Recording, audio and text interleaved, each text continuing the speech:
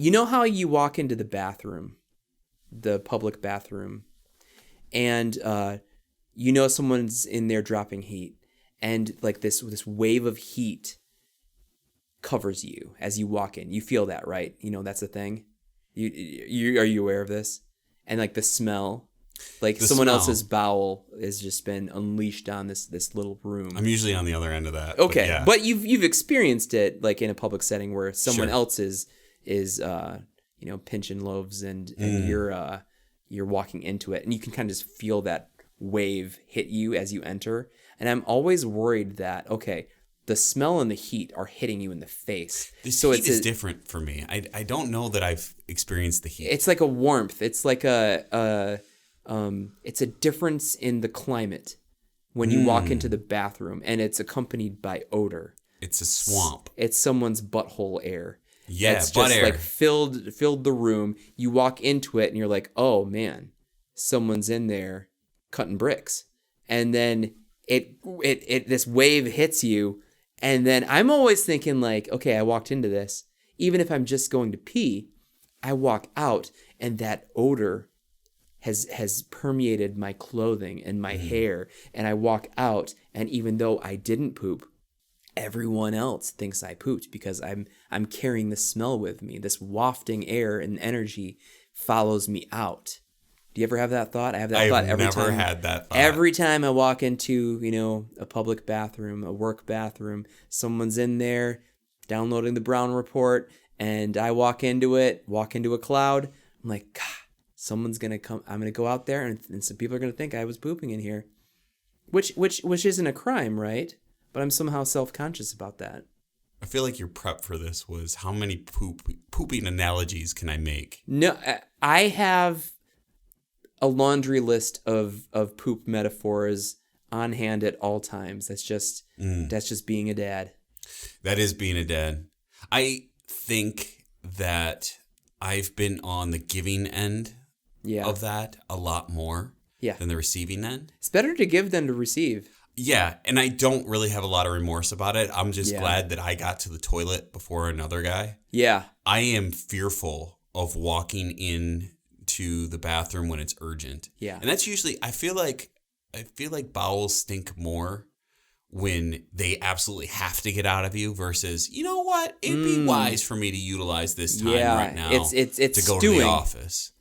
It's percolating. Right. And that intensifies the smell. When the you're jumping up and down Yeah. and you're just grabbing at everything because for some reason we think if we grab at stuff it's going to keep it from exiting. Yeah. I mean, especially pee, right? Like you really got to pee, so you grab your junk. Yeah. If it's coming, it's coming. Yeah. Right? Like but when I'm in that situation, my biggest fear is going through that door, there being only one stall. Yeah. And someone being in there. Oh, yeah. And that frequently happens to me. I've got my spots that I like. And they're usually one-stall bathrooms because the big ones, there's more traffic through them. Right. And when I'm on the road, especially on Sunday mornings when I'm driving to hockey, there's a couple of spots that I'll hit. Yeah. And it's likely I got to go. But here's the thing. I have a question for you about, do you ever feel bad about walking into that bathroom and then immediately turning out? Because you know that person knows why you walked in the bathroom and turned back out. I don't. You don't? I have no remorse for that. If I go in there, it's not logistically sound for me to go in there and like you're talking about, like there's 3 stalls and the only one that's available is the middle one.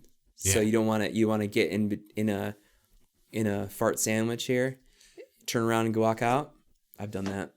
Okay. I do it. I don't feel bad. I've done something.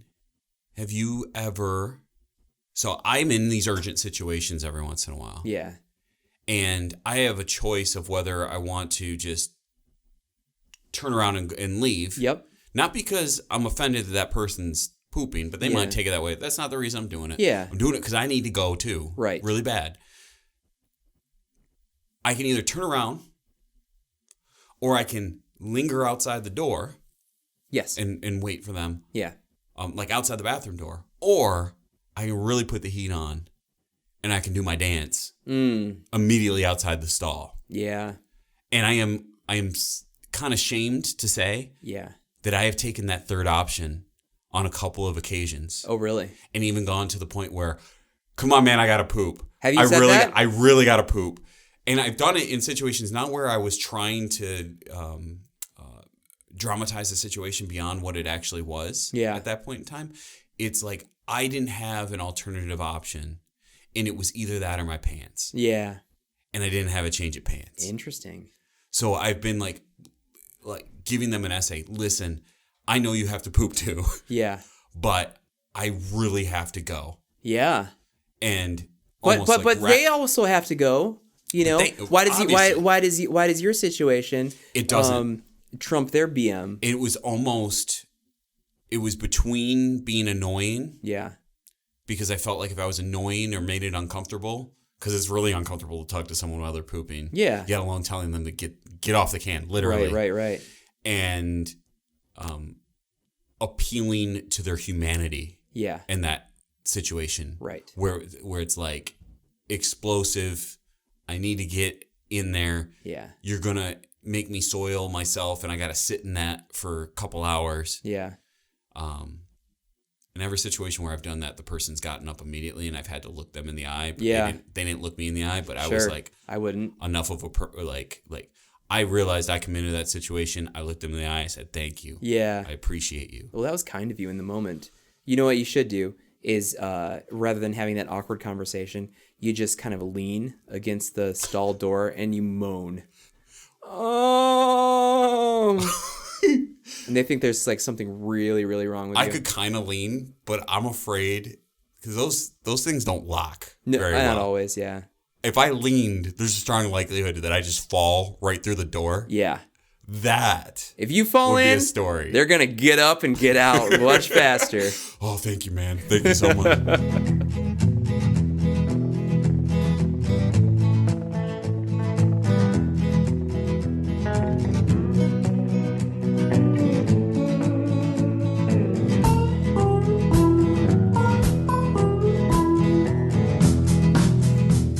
All right, welcome to Make Me Like This. Thanks for listening. I'm Brandon, and this is Jeff over here. Jeff sitting across from me, like staring at me with beady eyes. And I'm really leaning into it. And this table is down, and I want you to know it's not for you. It's for vocal quality. For some reason, I think that if I'm right on the mic, that I'm gonna sound better than I actually sound. You know, sometimes you take a conference call, you're on a phone call. If you stand, your posture is going to give you a better vocal quality and a richness to your personality. So that's what they teach you at telemarketer school. I think I've never been there. You're such a professional. When you say that you're a professional, you don't just mean that you're a professional performer. Right. You are a professional in every profession. And I'm also a professional liar. I just make stuff up all the time. Like when you see Granger going down the side of the road, picking up trash. Right. You're like, when I was working at Waste Management, we did things quite differently than those Granger guys. I tell you one thing. We had a strict policy of not passing on the left because that causes death. That would never happen if they were driving a green truck. But... That's right. Green means go. So, in a previous episode, I think I talked to you about my first album that I received as a gift. Mm-hmm. So I want to talk about that a little bit. And I know, and background for people who are listening, you are a self-professed rap aficionado. You are very much into hip-hop, the culture, dissecting lyrics and their meaning and stuff. You really enjoy rap music, right? That's safe to say. You went to hear Tupac's mom speak. You.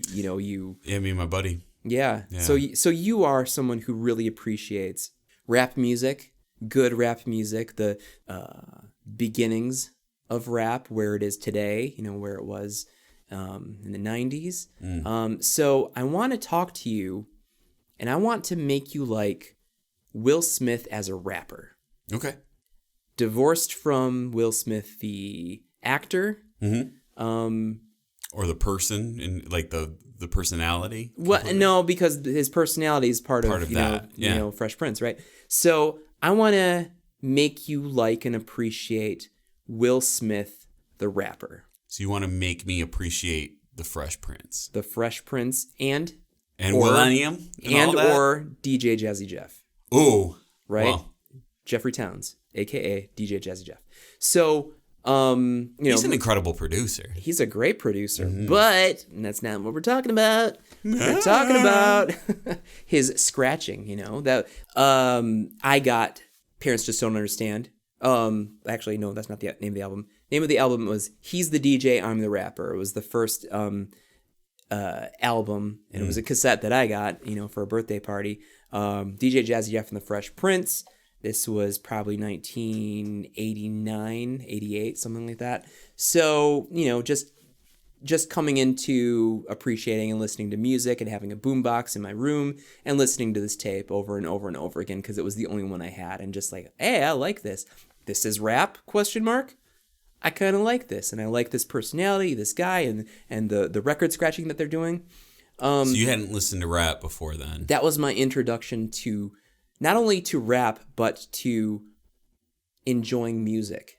Okay. That goes beyond riding in the car with my parents and just listening to their music, right? This was me choosing music to listen to. So I was probably 5th grade. I don't know. What did your parents listen to? Like if you could pick artists. My dad very much into like the Eagles and Steely Dan and that era of like 70s rock. Okay. So the Birds. So ooh, man, these are very niche. So it's like he probably liked Zeppelin and liked other like popular. Zeppelin was probably a little bit too later. Yeah. But the things that he was in a band and he played, and it just a lot of like Woodstock era. Okay. Sure. Rock. That's his wheelhouse. I dig Steely Dan. If Steely Dan is, I get it. I'm tracking with you. Yeah. So it's important for me to know what your musical appreciation was. Yeah. So it seems like it was you at least had both of them are still living, but your dad appreciates music. Mm-hmm. Is very particular. At least like he'll listen to mainstream stuff, but has like a thing. Like he has a niche of music that he appreciates, and he's carved his own kind of. Yeah, and sure. He plays like he considers himself a musician, or at least at one point considered himself a musician. He was in a band. Yep. He lived in San Francisco for a little bit. Strong appreciation of more than just like music appreciation. Yeah. Strong appreciation of music. He appreciates music, but he feels like it's more like he's a part of the music a little bit. Kind of. Yeah. Okay. Yeah. He will listen to like he has a little like music box that he can isolate the vocals, so it's just playing the vocals, and as he's listening to that, he'll play the music. Nice. And have the the people. To this day? Oh yeah, play the sing the song. The lead vocalist sing the lyrics as he's playing the background tracks, stuff like that. And then record it and stuff like that. He's got a studio in his base, like basically a studio set up in his basement with all kinds of like amps and repeaters and oh man, the little things that change the vocal tone I don't know what they're called. The things that like the wah-wahs and the whoozy whatsits and like whatever. I don't know. Okay. But that never like fully transferred to you, huh? Like you appreciate music clearly. I mean, talking with you appreciate music, but it's not to the level of like wanting to like be in that deep. I think as children, you always want to seek out your own thing, and that's usually in opposition to what your parents' preferences are, right?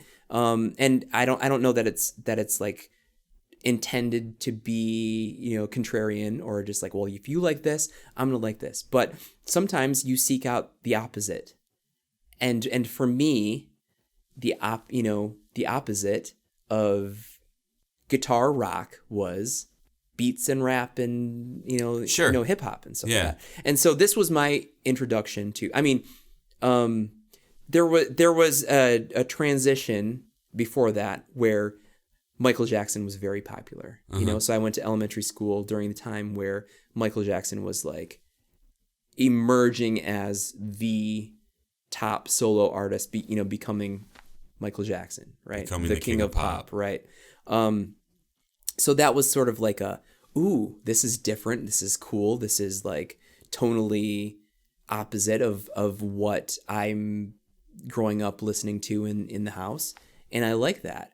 And then that sort of morphed into rap, right? And there's a lot of twists and turns along the way, but I'm just talking about from my personal experience of like consuming music and my parents also appreciating Michael Jackson, like, hey, I like this. I like listening to this. Is it off the wall Michael Jackson? This or is Thriller. Is it more? This is Thriller. So it's Thriller when he's fully like kind of moving away from that soul kind of basis. Right. But then I get this cassette as a gift.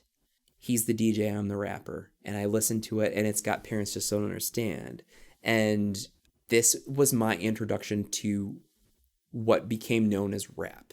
And I think that someone like you, and I'm going to put words in your mouth. Someone like you.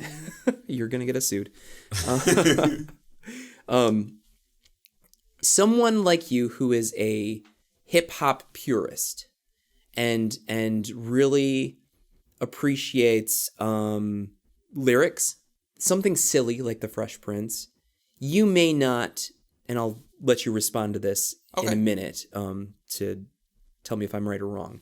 But the very lighthearted lyrics of the Fresh Prince, which is like, I went to the mall with my mom and she's buying me nerdy clothes and now I've got to wear nerdy clothes, pales in comparison to Tupac's trials and tribulations of growing up in the projects, right? But in 1989, that album, He's the DJ, I'm the Rapper, became the first ever Grammy given to a rap album. So regardless of how you feel about, and I'm speaking in generalities of like, oh, Will Smith soft, this is not rap. It sort of paved the way and opened the door for other rap artists who, today we would call true rap artists. It legitimized rap as a genre. So I go to college, and it must have been my freshman or sophomore. It was probably my sophomore year, is when Big Willie Style came out. So Big Willie Style being Will Smith's solo album, he's the DJ, I'm the Rapper, all the stuff from his work as the Fresh Prince with DJ Jazzy Jeff. This was Will Smith, the artist, Big Willie Style, just the two of us getting jiggy with it. Miami. That was the biggest album of like my sophomore year of college. Big Willie Style was. Big Willie Style, yeah. And I remember, so my sophomore year, everybody on my floor in my dorm was pledging a frat. Okay. And they're like, hey man, come along with us, man. Let's go. There's this party. I was like, all right, I'll go to a party. Sure. And so one thing led to another, and I ended up rushing this frat.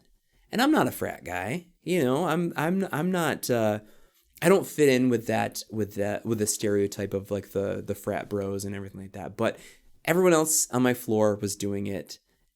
And I went along for the ride. I only ended up pledging for 2 weeks and said, this is the same party over and over again. I don't care for this and I don't want to be a part of this. So I ended up ghosting them.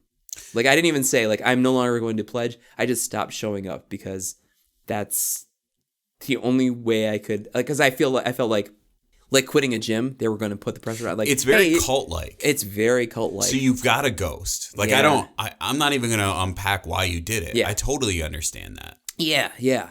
But for the 2 weeks that I was pledging, I guess, those parties, man, all about getting jiggy with it. So I hear it getting jiggy with it, and I think about That was a fun time. That was a interesting time in, as I was on the precipice of becoming an adult.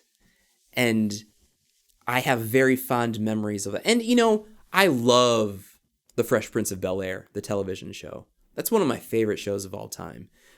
So it was like... Are you incorporating this now? Well, I mean, I'm saying... It's hard to separate the two. It's really hard to separate the two, but you have to appreciate his personality, to appreciate his acting, and to appreciate his music, right? Because there's a part of him that's in both. That's like Big Willie style happens because of the swag that Will Smith has as a person.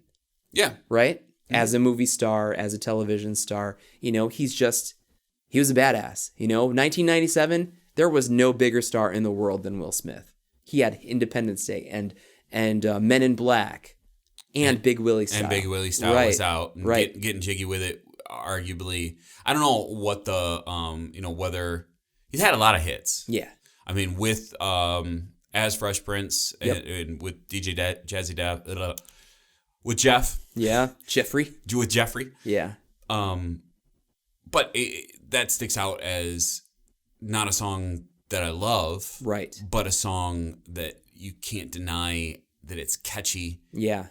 It's well crafted as a single. Right. But if you're comparing bars between Getting Jiggy With It and anything that Tupac has written, anything that Biggie Smalls has written, Kendrick, sure. Eminem, whoever, it pales in comparison, and it's almost silly, right? Because there's no comparison, right? If you're talking about the true art form that I know that you're so fond of, there's no comparison, right? That's like comparing Shakespeare with Mad Magazine.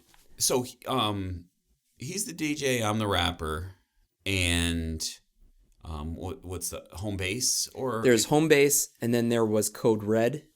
So Code Red, throw out, because I feel like Code Red started transitioning more, like it felt more serious and more like a genuine, like a grown up party kind of thing, kind of like getting jiggy with it. So Big Willie style and Millennium. Full disclosure, when they were new, yeah, me and my brother were listening to them. Okay. So it's crazy because 99, Millennium's out, right? I think so. And Wild Wild West is on there. Ooh. And it's such a catchy. I played the crap out of that. Yeah. I censored myself so that we didn't have to put a we little E on this ready. one. But yet. Yes. But so that was out in 99, but Slim Shady LP was out in 99 too. Right. And we were listening to both intensely. Right. And the two are not, I mean, Eminem famously called out Will Smith. Yeah. Like Will Smith doesn't have to cuss in his records. Yeah. But I do. So yeah. No E. I know how it goes. But I remember appreciating both of them. Right. So in the time period, I have to be honest, I didn't think that Will Smith was corny. Okay. I didn't think that Will Smith was as nice as what Eminem was. Right. And I was heavy into Tupac in 99. Definitely didn't put him on the same level, but he was fun. It wasn't until later, as time went on and I got older, that I started thinking that from Code Red on, any of that stuff, all that stuff was corny. Right. It didn't age well. Sure. That stuff comes on and you appreciate it purely for nostalgia. It doesn't come on and you go, oh yeah, this is my jam. I'm gonna get down to it purely because it's amazing. I do think that about Wild Wild West. I dream of just throwing that down at karaoke night, Do you? Oh yeah. But there's a part of it. So you dream of throwing that down at karaoke night. But what are the reasons? Because it's multifaceted, right? I'll give it to you. No matter what, Wild Wild West is a fun song. It's fun. It came from a crappy movie That's a bad movie. It was a really bad movie. Yeah. Like modern technology and the Wild West. Yeah, right? yeah. And it was a remake of an original sort movie, of, yeah, right? yeah. And Who's the old guy in that movie? It's Kevin Kline. Yeah. Yeah. He's no Tommy Lee Jones. He's no Tommy Lee Jones. Was that before or no? It was after. It was kind of like after he had Independence Day, big hit. Men in Black, big hit, and then Wild Wild West was like, ooh, well, you slipped up. They were like, hey, if we put this young cool guy, with an old guy, you're right. That's the formula for success. Yeah, and they were like, it'll make it work. And then they found like, ooh, not the box office gold anymore. Because Independence, would you say Independence Day was more? I don't know. Men in Black definitely is the one that had the franchise ability, right? And has, I mean, they made a new Men in Black this year, even, right? Did they? They or it's coming out. There's a new Men in Black coming out that does not feature. Oh, right. It's Thor. Yeah, it's Thor. Yeah. And Valkyrie from Thor. Yeah. Tessa Thompson, I believe is her name. Yeah, so like Men in Black, the agency, was like, hey, you know who would be really good at helping us to minimize the impact of aliens on humans? It would be to get legit aliens from Asgard. Right. And let's hire them. Yeah. And we can really change the paradigm a little bit here. Yeah. Because they'll be our main officers there. Right. You know what I'm really bummed about is, you remember when the Sony hack happened and like all these emails, these internal emails were leaked and stuff, and it really caused chaos in the entertainment industry and stuff like that. So one of the things that was proposed at the time was that the next sequel to 21 Jump Street was going to also be a Men in Black crossover where Jonah Hill and Channing Tatum were entering the Men in Black agency. Oh my God, that would be awesome. Wouldn't that have been the craziest, funnest thing? Never happened, right? Because of the shakedown that happened after that leak happened. So it took me so long to get Channing Tatum's name straight, because I would interchangeably call him Channing Tatum. Channing Tatum, yeah. Because that could be a name too, just as much as what that name is. Sure, anything can be anything anymore. Channing Tatum. That's the right way to say it, right? Channing Tatum, yes. Channing Tatum. Yes. Brilliant. Magic It's Mike. I've never seen it, brilliant. But I buy that. I would get on board with that. So Will Smith has always been like, Will Smith as a solo artist is very different to me than Fresh Prince. Oh, for sure. The Will Smith work is kind of like boring to me. Right. There's some hits. You dance to them. Mm-hmm. I'm scratching my head for comparables, but like, you know, it's like, I really appreciate Cardi B. Okay. And I think that like it has a really more catchy. pop flavor to it. It's got a little pop flavor. Cardi B's got tremendous edge compared to what Will Smith brought. Of course. But take it back 20 years ago. Right. And Will Smith is authentic. Like I think so. It's never been a doubt of mine that he's playing someone other than himself. Yeah. And that's the way I feel. I don't feel like Cardi B's playing someone other than herself. And sure. That's some of the reasons I like her, because it's just, she's so out there and different from how I've seen other people behave before. But I don't really break down Cardi B's lyrics like bar for bar. It's catchy. It's catchy. Like getting jiggy with it is catchy. Yeah, and it doesn't age well for me. Now, the Fresh Prince stuff, like your first album, is probably my favorite album that he's associated with. Because it's got Parents Just Don't Understand. Yep. It's got all these really vivid stories. Mm-hmm. And I love vivid storytelling in rap. Like one of my favorite songs of all time is Rewind by Nas, Uh-huh. where he tells a story in reverse about people coming through the house shooting like drug deals gone wrong and stuff like that.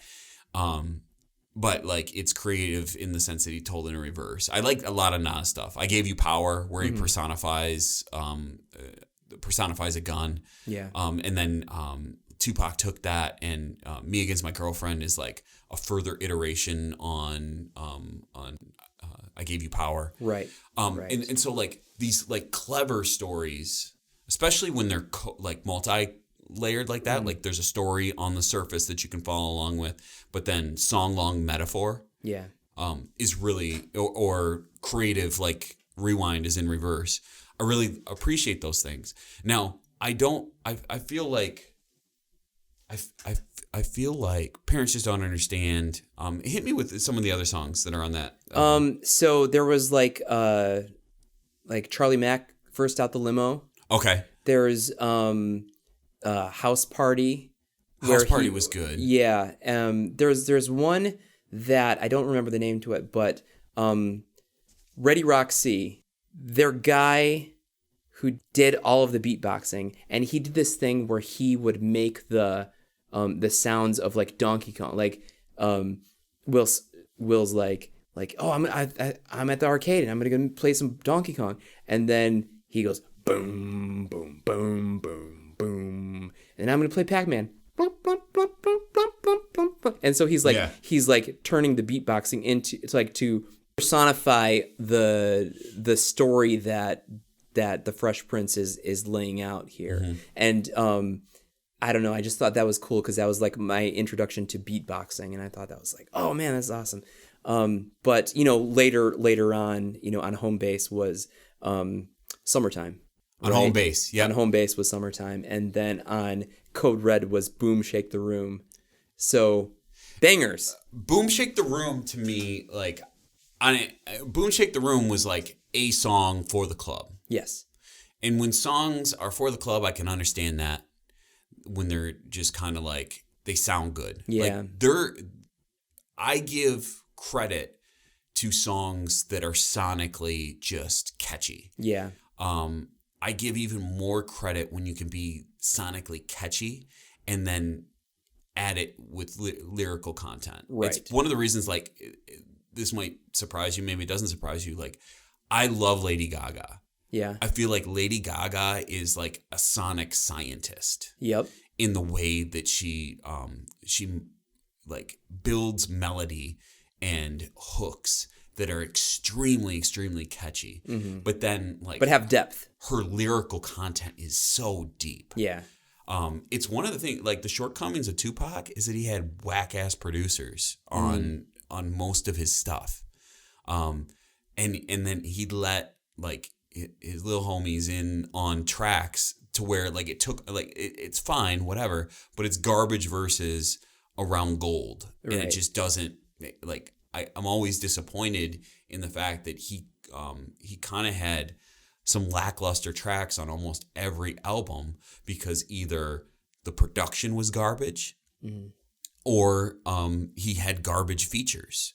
And I would have been more happy if he could have just locked in with like an entirely Dr. Dre produced album. Sure. Or, just like consistent sonically. Right. Well, who knows what we would have gotten had he not been in Vegas that night, right? Right. He could have had more. But that's, I think sonically for the time period, like the stuff on He's the DJ, I'm the Rapper, and Home Base, and like Summertime is an amazing, amazing song. Oh yeah. The storytelling, like I think some of his best bars are on that song. Oh really? 2 miles an hour so everyone sees you. Just like he is so vivid in the way that he tells stories, sometimes at the expense of wordplay, sometimes at the expense of rhyme scheme, sure, or whatever. But like Parents Just Don't Understand is a dope song. Yeah. But it's corny. It is corny, but it works because I don't like A Nightmare on My Street, for example. That would be like the storytelling song dud. Right. For me.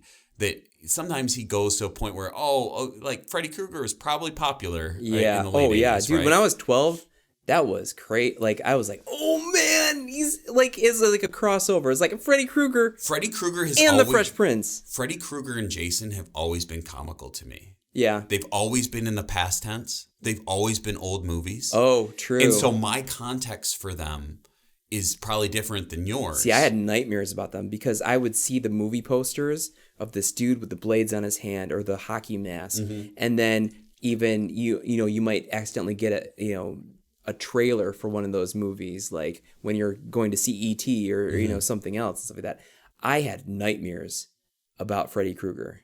Like, it did its job for me because I grew up in the time where that, like, I think at a certain point those movies became campy, but when I was young, it was straight up slasher horror and like scary as hell. I wonder if kids look at Silence of the Lambs now and think, "Wow, that's corny," or I don't know, man. Because that movie, to me, that was my Silence of the Lambs, the early 90s. I think it was 90. 90? Yeah.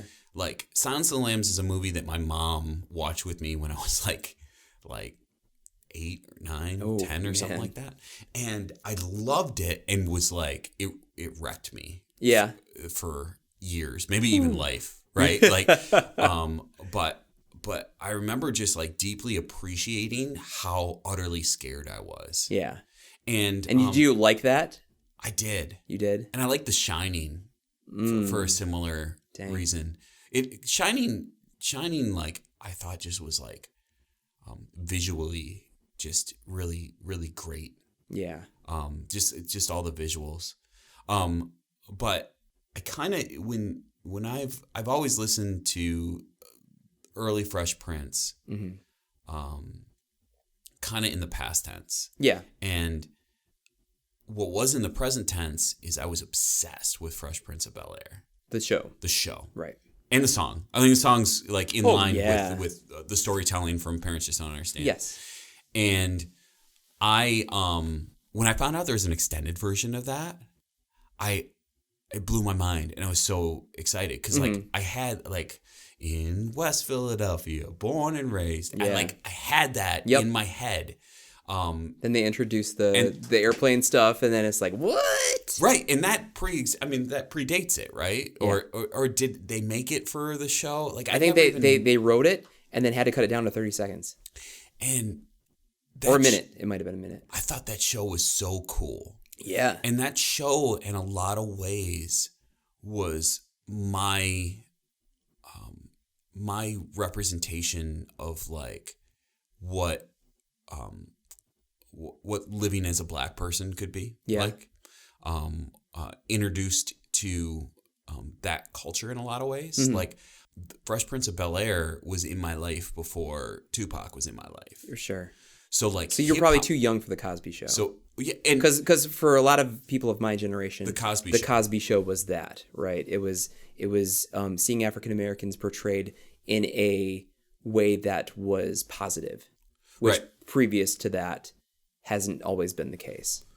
Do you feel like because of the Cosby Show opened the door for a show like Fresh Prince of Bel-Air? Do you think it's yeah, for sure. I can follow that. I liked the Cosby Show, but it was all reruns. It was all by the time old news, yeah.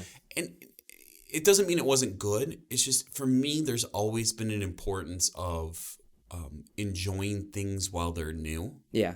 It's like I watch. Maybe it's because I have a habit of watching a lot of stuff after they've gone to reruns, and I feel removed from everyone else appreciating it because they've kind of passed it by, and it seems kind of silly to get excited about something that no one else is talking about anymore. Right. But it's been that way my whole life. Like, I got into Tupac in like 97, 98, and after he was already passed, right? And there was still there was a lot of people who was getting into Tupac once he died, right? But then I carried that with me into the middle 2000s, and really it was like, oh, that's Jeff. He's the Tupac guy. Yeah. And it's like, wait a minute, like everybody can be a Tupac person that likes hip hop, right? Yeah. But I've always kind of been like that, like into popular things long after the wave has gone down. Sure.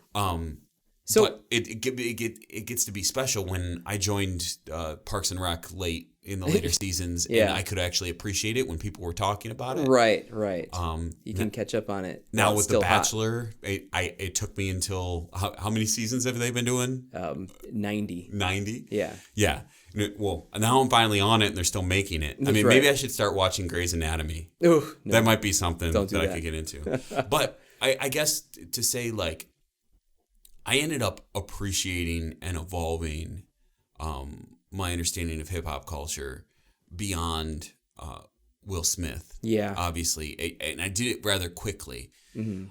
But that show and his aura, which is very much present in the albums, I think for some reason he comes off cooler to me and less of a cornball when he's acting as the Fresh Prince than when he's actually rapping as the Fresh Prince. Yeah. I don't know. Unpack that for me. Right. But I have a deep appreciation for that stuff because I feel like it's at the genesis of my getting into hip hop. Really? In a lot of ways. So 97, 98, you are watching Fresh Prince. You are hearing the Will Smith music, and then you start listening to Tupac. I didn't really listen to his albums then, though. Okay. I didn't know Parents Just Don't Understand until maybe 2000, 2001. Oh man. Okay. All right. No, so I thought my first experience with Will Smith's music is Getting Jiggy With It. Okay. And that's post Fresh Prince of Bel-Air. You knew him first as a sitcom actor. Yes. Okay. I knew him first as actor. Okay. So you become interested in Tupac and rap. Mm-hmm. What is as that's happening, what is your take on the previous stuff you've heard, which is also considered rap, but way less heavy, way less, deep.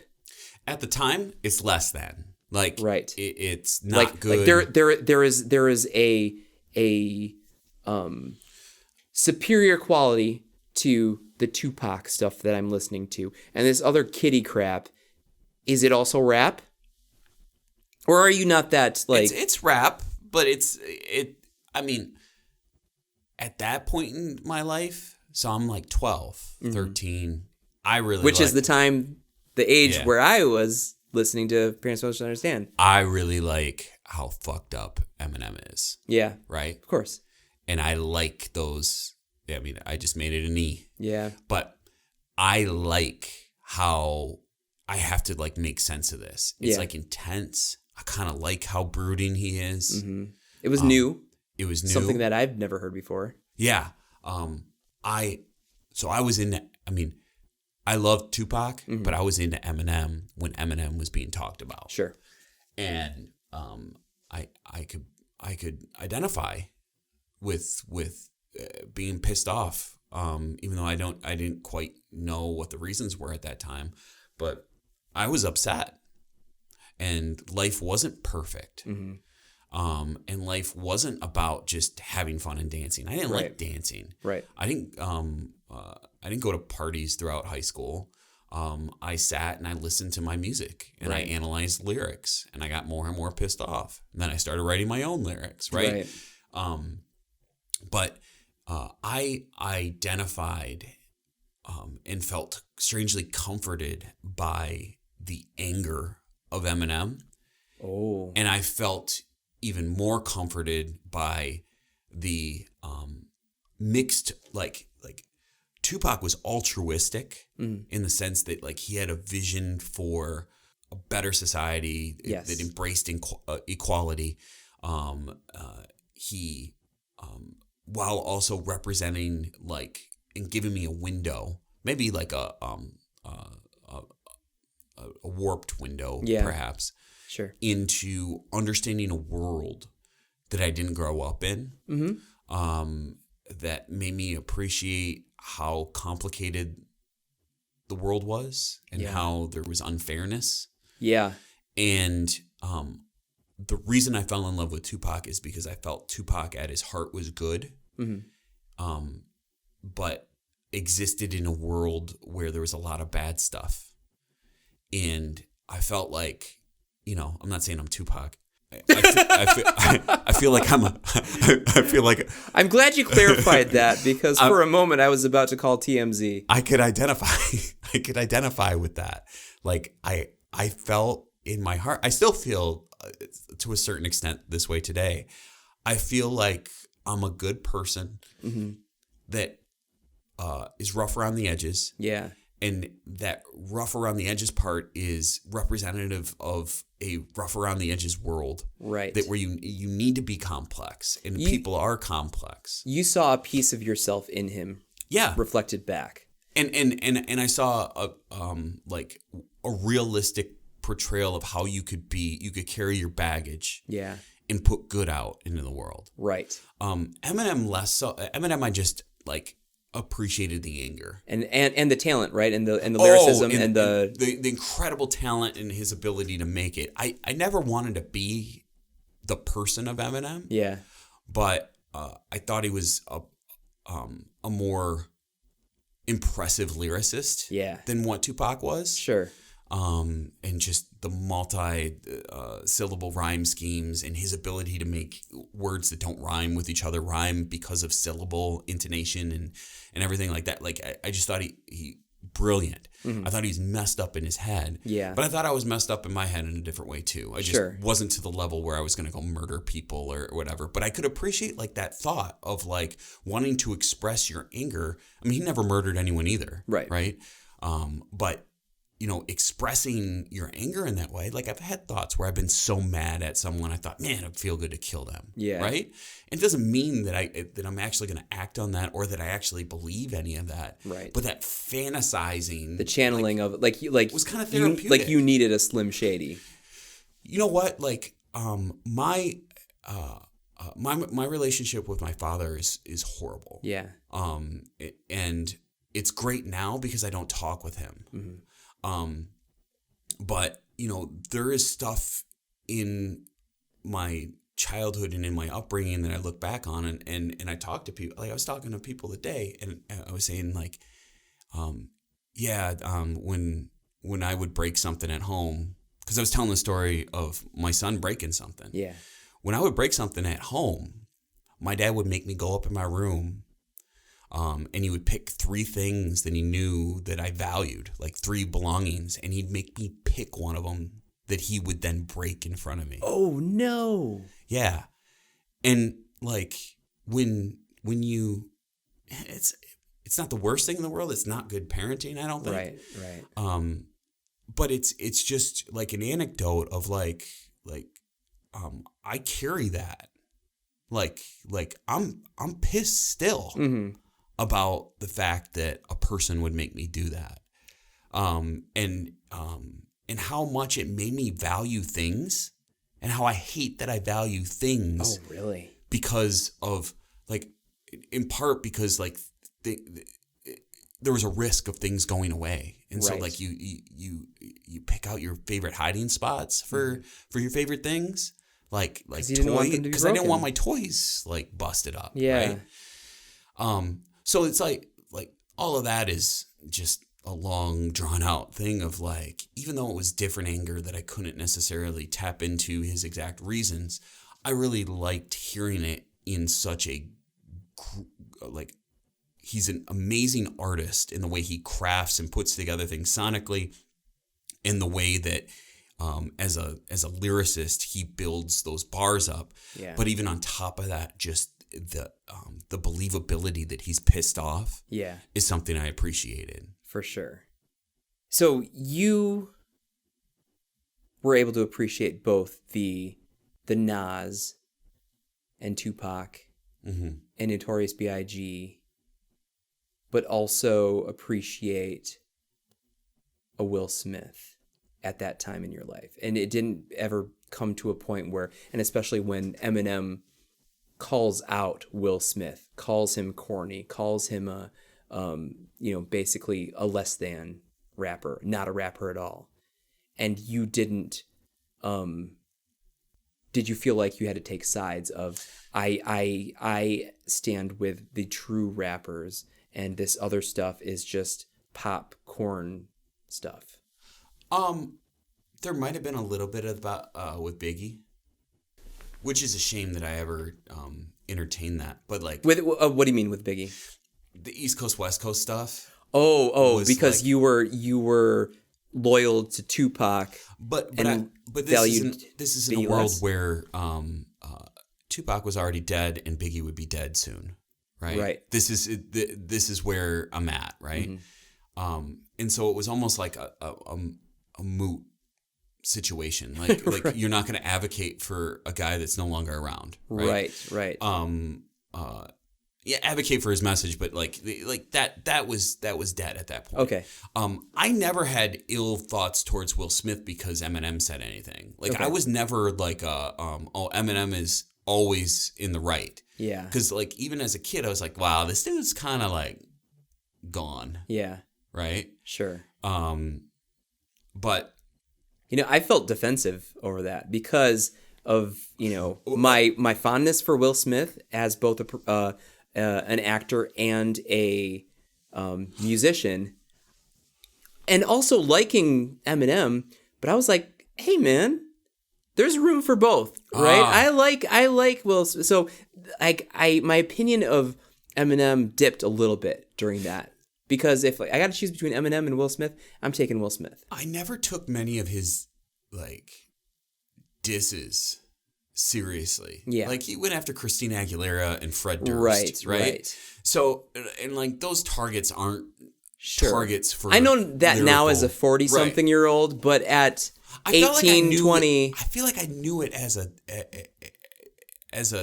young teen at that point. And maybe you're better than me, so I'm not better. That makes sense. Just because I was in, like, I knew on Hit 'Em Up that Tupac was serious. Yeah. I also knew on, like, the Slim Shady LP, and especially, like, when he was taking shots at non-rap people and stuff like that. And he always had a lead single that was comedy, right? Yeah, right. Eminem's always had like this comedic element to his stuff. And so, I mean, until he engaged like rappers in complete songs, right? Like the Ja Rule, John Gotti. The Ja Rule stuff was probably the first time where I was like, oh, Eminem can actually like take shots at people. Right. Well, like he's a legendary battle rapper. Right. So like obviously he can. But like from my teenage mind, all I knew was the albums. Right.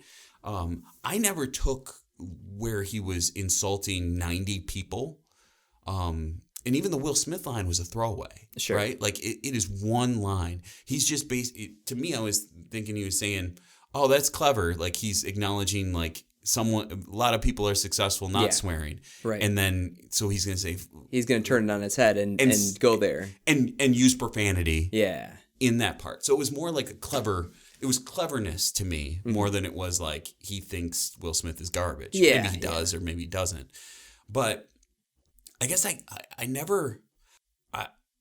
like Pusha T and it's not going to stop me from listening to Drake. Right. Sure.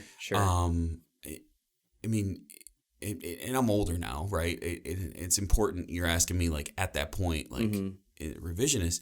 I've always really appreciated both sides. Like even though I was a Tupac person, like I still listen to Biggie because like you gotta listen to Ready to Die and Life After Death. I mean, they're important albums in hip hop history. At what point did you transition from Tupac is superior and Notorious B.I.G. is second rate to giving it a chance and being like, oh, I think I like Biggie too? I knew I liked Biggie at the time I liked Tupac. Okay. I knew But did you felt like you had to choose? But I felt like I liked Tupac more. Okay. Now I can look at you and say like I appreciate them both because they're like they're different and complementary in a lot of ways. I would say probably when I got into college. Okay. So like after 2003, which is still kind of late, right? Still like 5 years postmortem. Right. But that's me. Yeah, like, sure. I'm always behind everything. Hey, there's a show I want you to watch. It's called Lost. Oh, you should really check out the Brady Bunch. Hey, man, there's this band, Nirvana. I almost referenced Nirvana when I was talking about Eminem. Oh, really? Because I liked Kurt Cobain, and I couldn't understand what he was saying. But I knew he was in pain, and he was pissed off in a lot of ways. For sure. And so I really... He did hurt somebody. Yeah, himself. Yeah. R.I.P. R.I.P. He's so touched. He's looking down on us right now. Why am I a part of this? Who the fuck is Will Smith? He probably didn't know Will Smith existed. Right? Yeah, probably not. There's a good chance that dude didn't know a lot of popular people existed. For sure. I kind of wonder if Kurt Cobain could exist in today's world of hyper knowledge about everything. Like, could you imagine if he was on Twitter and he got some negative DMs? Yeah. Like, I feel like he just felt everything. And so in a world where people can directly access you at any point in time. So I guess, like, the thing is, like, how much do I separate the show? Because it's hard for me to do that. Yeah. I came into this thinking that you, as a hip hop fanatic and ultra fan of bars and deep meaning and Nas and Tupac and Biggie, feeling like you would probably think that Will Smith rap is a novelty, it's corny, and not true rap. So I think I made an error in calculating what this being a more difficult conversation of like, hey man, here's why I think that Will Smith's rap career is important, both in opening the door for rap as a respected genre and leading to those artists that you love. Yeah, because like I appreciate the whole package. Like if you would have like focused me in on like make me appreciate Will Smith's wordplay. Yeah. Or make me appreciate his cadence. Yeah. I could probably be like throw some bullets at that kind of stuff. Yes. But it's like I really like them as a tandem. Like what is a tandem? Will Smith and Jeff. Yes, Jeff. Because I think the two of them together, like sonically, make something that's really, really unique and cool. Yeah. It's his solo stuff, I think, is disposable. I don't think it holds up well. I'm not gonna listen to Wild Wild West today. Okay. I think it'd be a great karaoke song because I think people would be like, oh my God, he's doing Wild Wild West. Get down on it. That's exactly why they would do it. Yep. And everyone would tap into their inner child and be like, this was the best back in the day, but it's totally lame right now. But this guy's doing karaoke. Yeah. And that's exactly what karaoke is. Mm-hmm. It's cool, but it's lame. But I think it's important work. Yeah. Like I think where we're at, his contributions to hip hop culture can't be understated.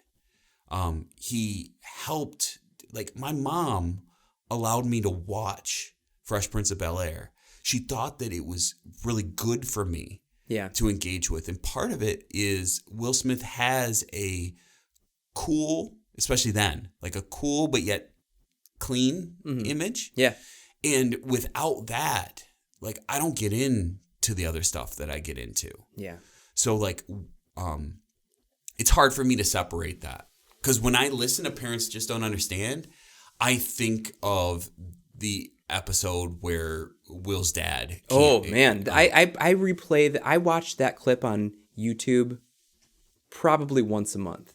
Yeah, it is my like that. As a 16-year-old or however it was at the time, I cried watching that. Mm-hmm. I was like, dang, that's when I was like, this dude is talented, man. And took me on a journey that I was like not prepared for.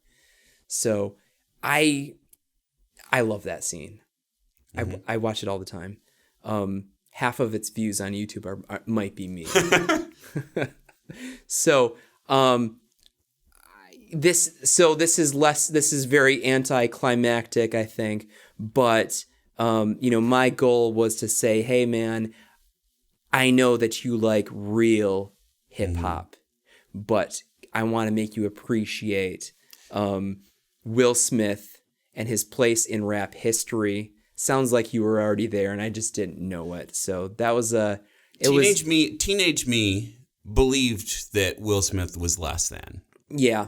Current me appreciates Will Smith for who he is as an artist and doesn't dwell too much on what he can't be. Right. Because I feel like it's more of a yes and kind of mentality towards music now. For sure. Where I'm not looking for the best. I'm just looking to appreciate what I appreciate. Yeah. So go ahead and ask me. Yeah. So Jeff, do you think that Will Smith is the best rapper of all time? Because that's what I want to make you. No. Jeff, do you like Will Smith, the rapper? Fuck yeah. Yeah. You're just, that's the antithesis of Will Smith, the rapper, but I'll take it, man. So I appreciate you and I appreciate the conversation and I like knowing more about you in this developmental stage of how you became the person that you are, in terms of your likes and dislikes and forming your opinions of the entertainment that you consume and everything like that. So it's even though the answer was anticlimactic, I appreciate the journey we took to get there. And you know what? The other thing is, it's the Wild Wild West. Jim West, Desperado, Rough Rider. No, you don't want nada. None of this. 6 gunning this, brother running this. Buffalo Soldier. Look, it's like I told you. Any damsel that's in distress, be out of that dress when you meet Jim West. Roughneck the old ride. See, I need to work on that before I hit this. Oh, but this is gonna be good. We're gonna get there, man. So I'm Brandon. That's Jeff. Thanks for listening, and we'll see you next time.